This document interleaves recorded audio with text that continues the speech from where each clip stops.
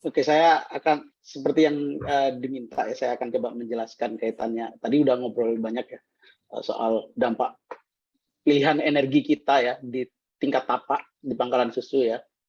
Tapi saya ingin coba nge-zoom out tadi. Tadi Mas Adi udah sempat mengulasnya banyak hal gitu ya.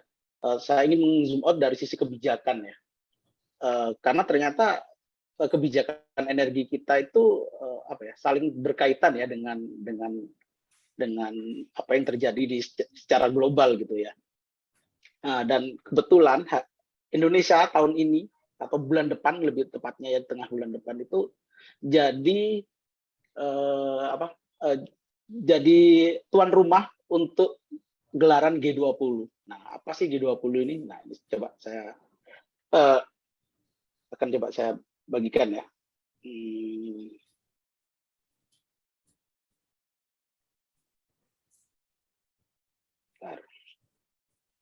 Share screen. Oke, kelihatan ya. Jadi saya ingin coba menghubungkan ya seperti yang diminta ya. Apa sih hubungannya tadi ya pilihan energi kita di tingkat tapak dengan G20 gitu ya.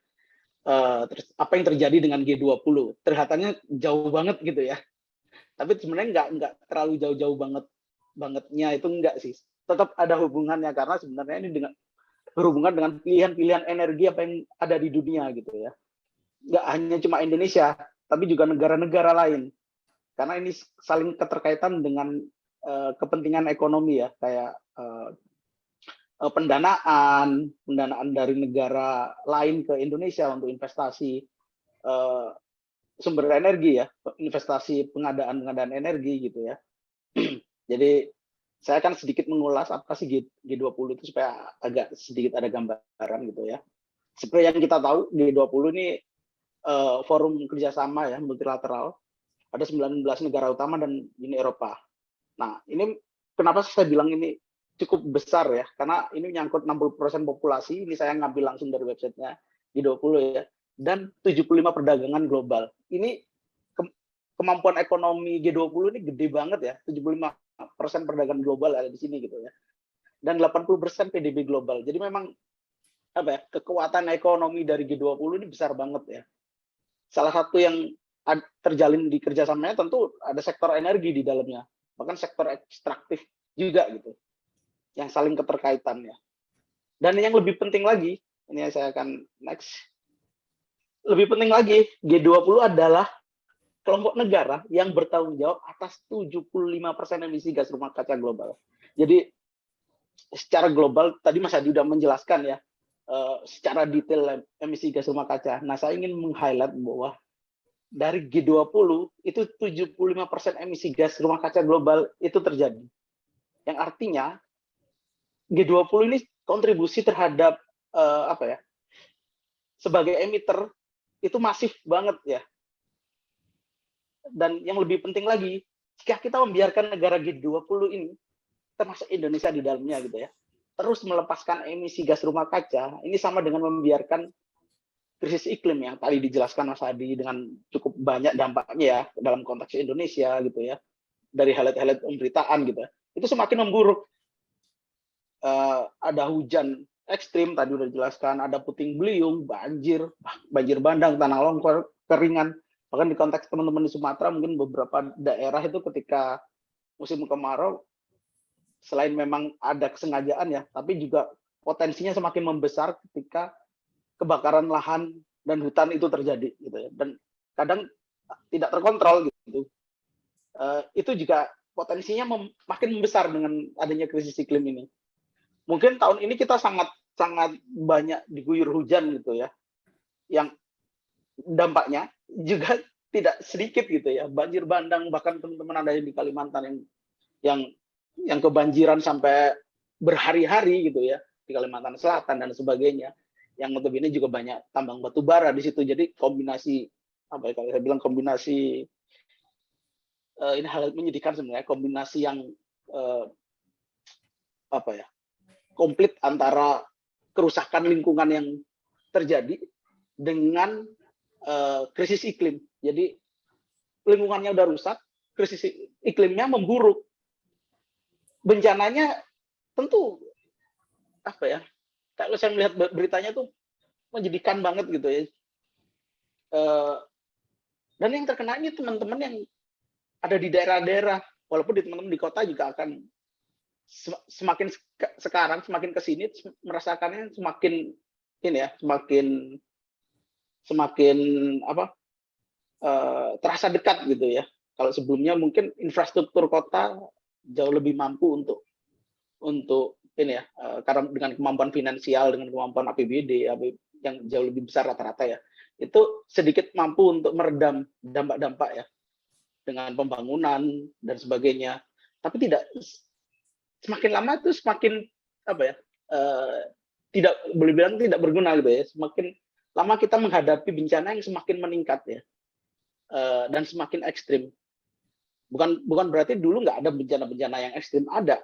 Tapi krisis iklim ini membuat bencana-bencana tadi itu semakin sering terjadi, dan daya rusaknya semakin besar.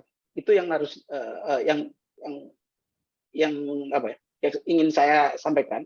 Jadi bukan berarti hujan ekstrim itu nggak ada dulu, ada.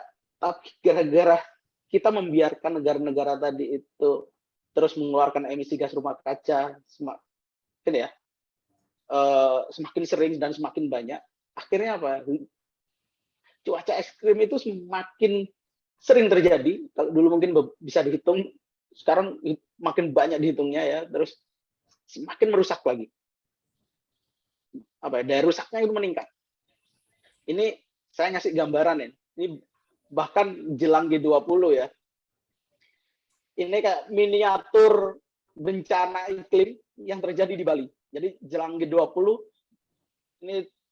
ini saya nge-highlight. Sebenarnya saya mengamati timeline kebencanaan di Bali itu beberapa waktu ya. Yang paling parah ketika tanggal 17 Oktober kemarin. Dan setelahnya. Ini di sekitaran Ubud, Tabanan, itu banjir. Jadi bahkan jelang G20 bencana iklim terjadi di sana dan cukup intens gitu ya. Ini jadi catatan penting gitu ya. Ini kayak seolah-olah jadi kayak menyambut G20 gitu. Apakah negara-negara penghasil emisi ini cukup serius untuk melakukan ini upaya untuk mencegah ini gitu ya. Nggak hanya ngomongin ekonomi ya. Karena bencana-bencana ini juga merusak ekonomi pada akhirnya. Ya.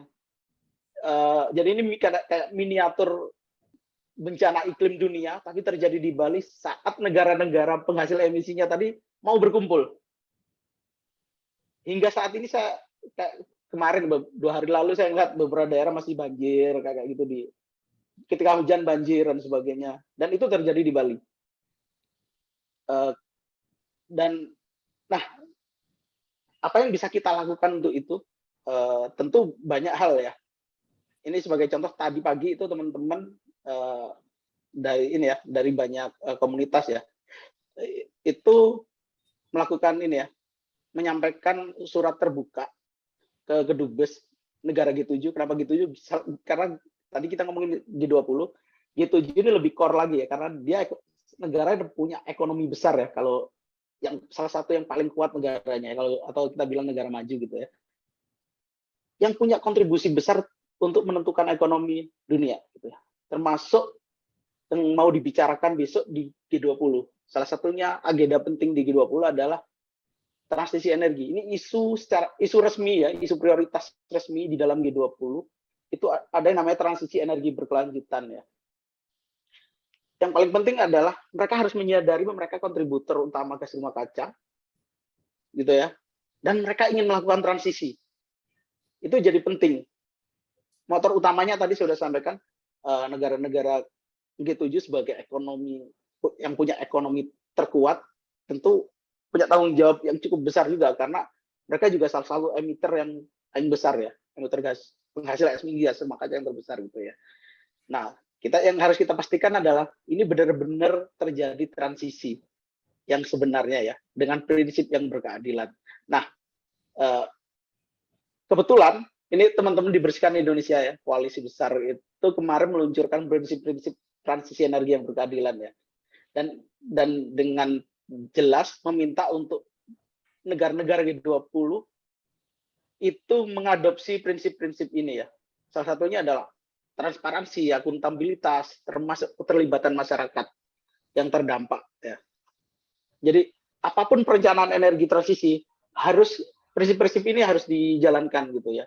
Supaya apa? Supaya kita mendapatkan keadilan dan keberlanjutan yang sejati gitu, nggak kembali lagi ke seperti kita ketika energi fosil berkuasa ya saat ini. Jadi ketika transisi itu terjadi, prinsip-prinsip ini harus diadopsi. Itu yang penting ya.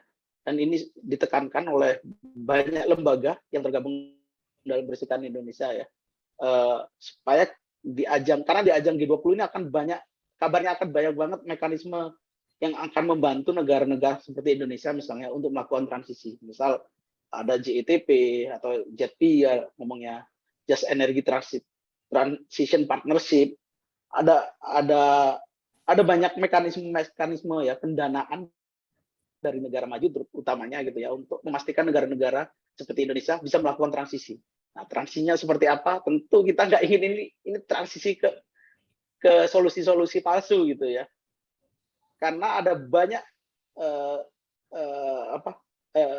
saya boleh bilang upaya yang sangat terlihat kita akan melakukan transisi sebenarnya nggak benar-benar transisi yang sejati gitu, tapi melakukan transisinya balik lagi ke transisi ke menggunakan solusi-solusi palsu gitu. Saya melihat kayak postingan di Instagram Dewan Energi Nasional beberapa hari yang lalu gitu ya, secara tegas dia menyebutkan bahwa gas alam yang notabene energi fosil gitu, itu sebagai kan ya bagian untuk kita menuju proses transisi. Ini kan membuat kita jadi terjebak lagi ke solusi palsu gitu ya, yang sebenarnya energi fosil juga gitu ya. Dan juga banyak kerjasama misal dengan Afrika Selatan yang saya baca di beberapa headline gitu ya, tetap batu bara gitu ya, tapi menggunakan carbon capture storage. Jadi ada upaya-upaya yang ingin membelokkan transisi supaya transisi terjadi, tapi sebenarnya solusi yang ditawarkan solusi-solusi palsu. Nah, ini yang harus kita cermati dengan lebih detail lagi gitu ya, apa yang terjadi di G20 besok ini, karena transisi energi masuk dalam agenda resmi atau isu penting resmi yang terjadi gitu. Apalagi ada isu banyak uang dari negara maju yang akan dipakai untuk melakukan skema-skema pendanaan dan implementasi transisi energi ini ya. Nah, kita harus melihat detail nih, gitu. Jangan sampai kita terjebak lagi dengan hal-hal yang yang udah membuat banyak kita kerugian di masa lalu dengan penggunaan energi fosil dan ini ya monopoli energi gitu ya. Nah, dan ini yang penting, jadi kita harus dukung untuk transisi yang energi yang benar-benar berkelanjutan serta berkeadilan. Tadi udah ada prinsip-prinsipnya gitu ya. Saya stop screen dulu. Mungkin teman-teman bisa melihat misal background screen saya gitu ya. Saya ingin ngasih tahu gitu ya. Ada banyak pilihan-pilihan transisi energi yang bisa tercapai. Bahkan energi terbarukan pun sebagai sebuah solusi tetap harus kita kawal supaya prosesnya tidak merugikan masyarakat ya. Apalagi jika transisinya itu ternyata malah transisi palsu gitu ya. Jadi solusi-solusi yang solusi palsu yang harus jelas-jelas harus kita tolak gitu. Bahkan dengan energi terbarukan yang kita gadang-gadang sebagai solusi, itu kita harus tetap hati-hati gitu ya. Kenapa saya ingin ngasih gambar background seperti ini sedikit ngasih harapan gitu, yang tadi yang di lapangan teman-teman udah sampaikan ya, kayak bagaimana petani bisa dirugikan dengan adanya PLTU, dengan adanya dampak-dampak limbahnya, fly ash dan sebagainya ya, gagal panen dan sebagainya. Bagaimana energi terbarukan seharusnya bisa menjadi solusi gitu ya, kayak ini sebagai contoh gitu, solar panel ternyata bisa tumpang sari gitu dengan tanaman di bawahnya gitu ya. Jadi dapat dua benefit. Banyak kajian sebenarnya, ini saya sebagai salah satu contoh aja, banyak kajian di dalamnya untuk terkait dengan solusi-solusi yang bisa kita tawarkan. atau bisa kita desakkan untuk dilakukan gitu ya, supaya berkeadilan. Karena selama ini jika pilihan energi adalah dimonopoli, kenapa tidak misalnya dikerjasamakan dengan petani, sehingga petani menjadi produsen energi juga gitu ya. Misal ini sebagai contoh ya, kayak gitu. Jadi ada nilai keadilan yang bisa didapatkan dengan pilihan energi kita gitu ya. Kajiannya juga udah banyak, kayak misal begitu cuaca ekstrim terjadi, kayak hujan dan angin yang begitu kencang kadang juga merusak pertanian. Ini sebagai contoh, ada kajian ternyata solar panel di atasnya mampu meredam hal itu untuk mengurangi resiko pertanian. Jadi sebenarnya kita tidak kekurangan bentuk-bentuk pilihan transisi ya. Ini sebagai salah satu contoh saya untuk ngasih harapan bahwa kita bisa bertransisi dengan solusi-solusi yang tetap memanusiakan masyarakat gitu ya, tetap bisa meningkatkan daya tawar masyarakat gitu, sehingga nggak cuma pilihan energi nggak cuma dimonopoli, tapi bisa didesentralisasi menjadi masyarakat yang yang punya power di situ untuk ikut berkontribusi ini ya, menentukan pilihan-pilihan energi kita. Kira-kira itu sih. Jadi jangan sampai G20 ini besok yang November itu ketika banyak program transisi energi terjadi, banyak uang yang dengan banyak program dan kerjasama yang terjadi dan digelontorkan dengan begitu banyak, jangan sampai itu malah lari ke sentralisasi yang dikuasai oleh segelintir orang lagi gitu ya. Karena kita ngomongin keadilan, apalagi basis prinsip negara kita ya, keadilan sosial, tentu itu harus jadi pertimbangan penting dalam menentukan pilihan-pilihan energi kita gitu. Itu sih kira-kira tambahan dari saya, supaya kita ada semangat untuk memastikan negara ini baik-baik saja ke depannya gitu ya, dengan berbagai macam masalahnya. Itu kira-kira.